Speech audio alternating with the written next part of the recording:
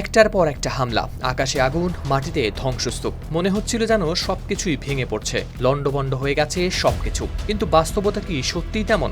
গেল ৫ সপ্তাহ ধরে যুক্তরাষ্ট্র ইসরায়েলের ব্যাপক হামলার পরও নাকি ইরানের অর্ধেক ক্ষেপণাস্ত্র লঞ্চার এখনও রয়েছে অক্ষত।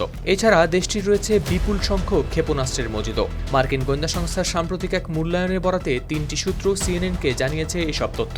এমনকি তারা জানায় ইরানের ভান্ডারে নাকি এখনও মজুদ আছে হাজার হাজার ড্রোন। ইরান সম্পর্কে একটি সূত্র বলছে এখনও পুরো অঞ্চলে ভয়াবহ ধ্বংসযজ্ঞ চালানোর সক্ষমতা রয়েছে তাদের। এছাড়া গোয়েন্দা প্রতিবেদনে এমন কিছু লঞ্চারের কথা বলা হয়েছে যেগুলো হয়তো হামলার কারণে চাপা পড়ে আছে মাটির নিচে, কিন্তু ধ্বংস হয়নি পুরোপুরি।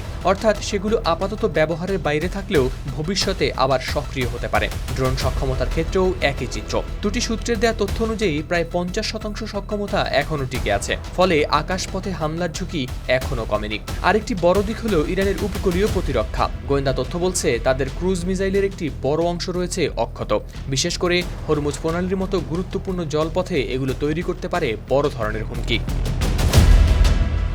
এদিকে এই তথ্যগুলো এমন সময় সামনে এসেছে যখন প্রেসিডেন্ট ডোনাল্ড ট্রাম্প ও তার প্রশাসনের কর্মকর্তারা জনসম্মুখে করেছেন সামরিক বিজয়ের দাবি। তবে গোয়েন্দা তথ্য বলছে একেবারেই ভিন্ন কথা।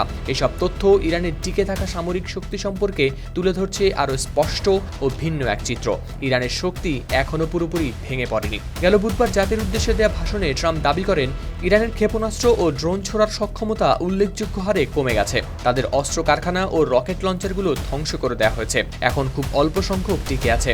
সব মিলিয়ে যুদ্ধের ধোঁয়ার আড়ালে লুকিয়ে আছে আরেকটি বাস্তবতা। সংঘাত এখনও শেষ হয়নি, বরং এখনও রয়ে গেছে সম্ভাবনা। হাওলাদার শামীম, RTV।